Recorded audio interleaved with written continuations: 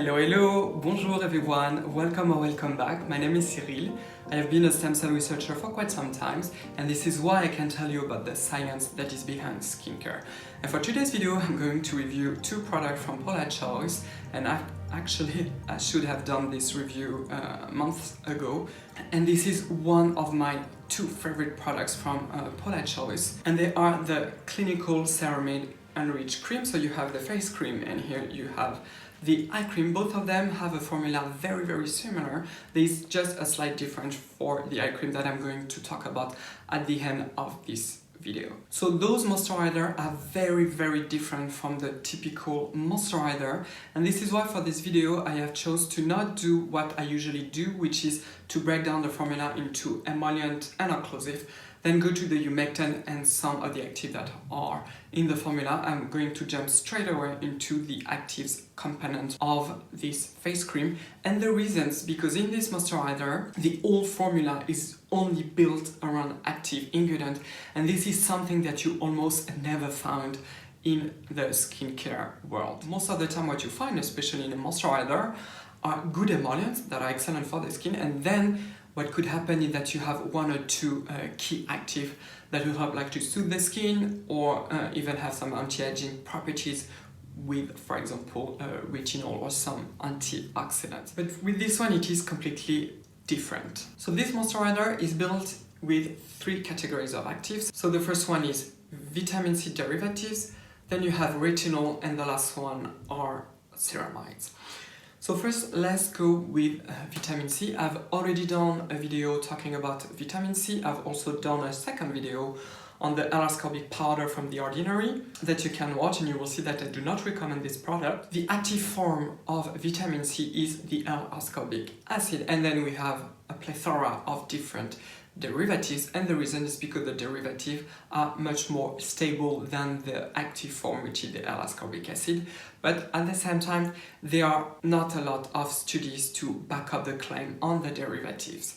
So in general, I always advise you to use the acidic form, but if your skin cannot tolerate it, or you already have like a super potent routine and you want to add to it, of course the derivatives of vitamin C are much better, but in that case I like to favor a variety of derivative rather than putting all your money in one, and this is exactly what Paula Choice have done with these two moisturizers. Instead of relying only in one derivative, they have chosen to include it 4 different derivatives, which I adore.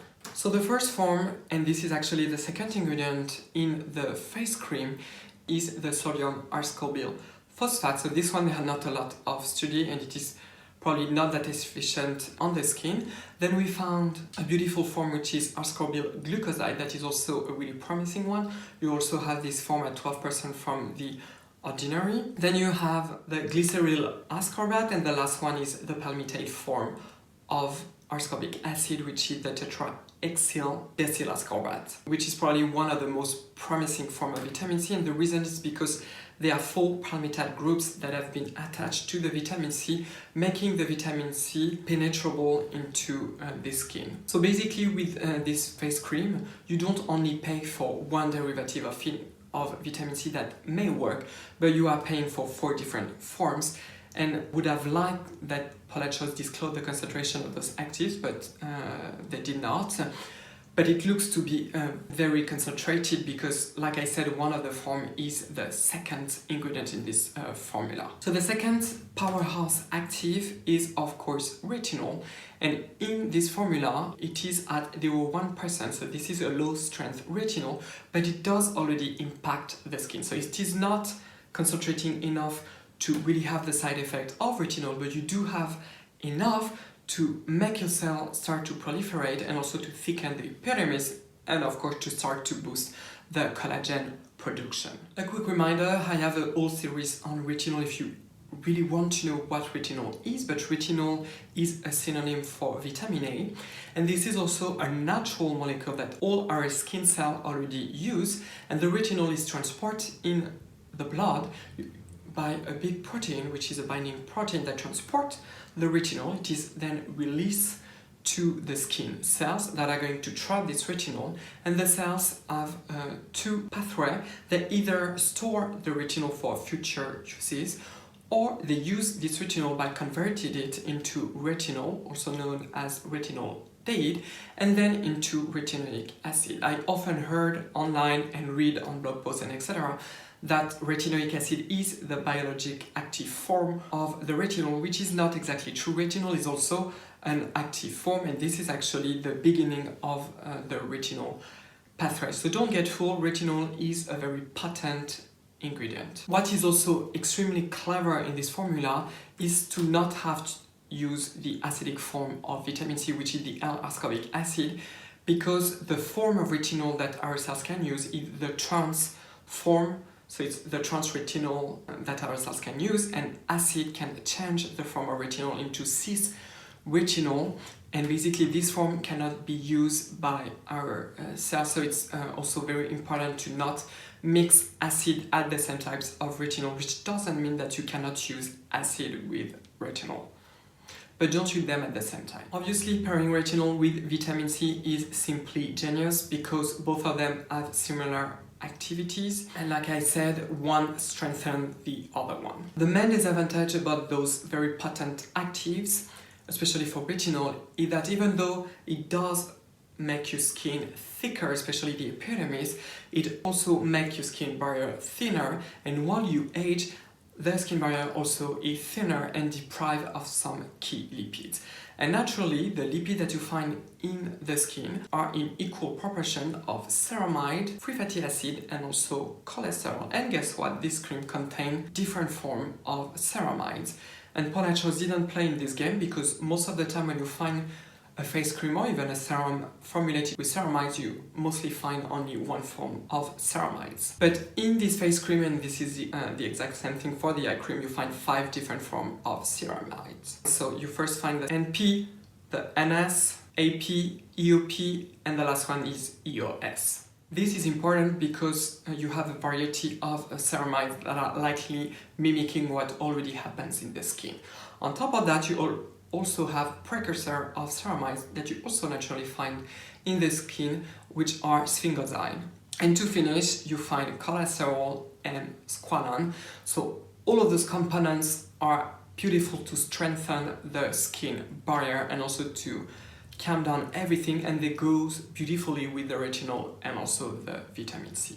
So like I said in the beginning, you have 2 different formulas. You have the face cream and you have the eye creams. So the difference between the two is that in the eye cream you have less vitamin C that makes it gentler for the eye area. What I would suggest you is that you start with the eye cream around your eyes, especially if you are worried about any irritation on this area.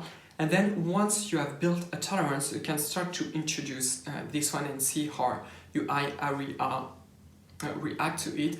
I have absolutely no problem to use the face cream around my eyes. So with those 2 products, there are things that you do need to take into consideration. First of all, this is, like I said, not your basic moisturizer. This is really packed with actives, and therefore it could irritate your skin, especially in the beginning. So it is not a good idea to use those moisturizer if you already are using like very strong active. I'm thinking about 1% retinol. If you do want to give it a try, because you have a lot of hyperpigmentation, of a lot of photo damage, what I suggest you is that you introduce it once or twice a week and you see how your skin reacts, and you slowly build your way up. Also use the same protocol if you have super sensitive skin and you are worried. Don't go straight away with every single day, but go every other day, and again see how your skin reacts to it. The texture is very silky, a little bit goes a long way, which is something that is very important for this type of treatment, because this is more treatment than a conventional moisturizer. So especially in the beginning, don't go crazy and just use 1 or 2 pumps for your face, and you will see that it glides beautifully.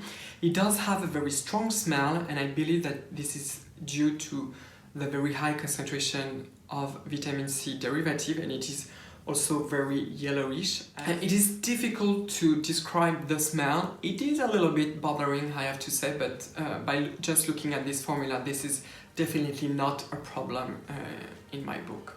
Again, because this is Paula choice, it is fragrance free. irritant-free, so all of this is very beautiful.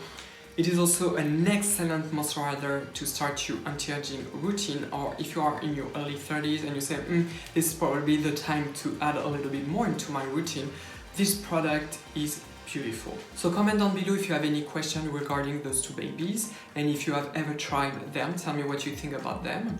If you like this video, please thumbs up.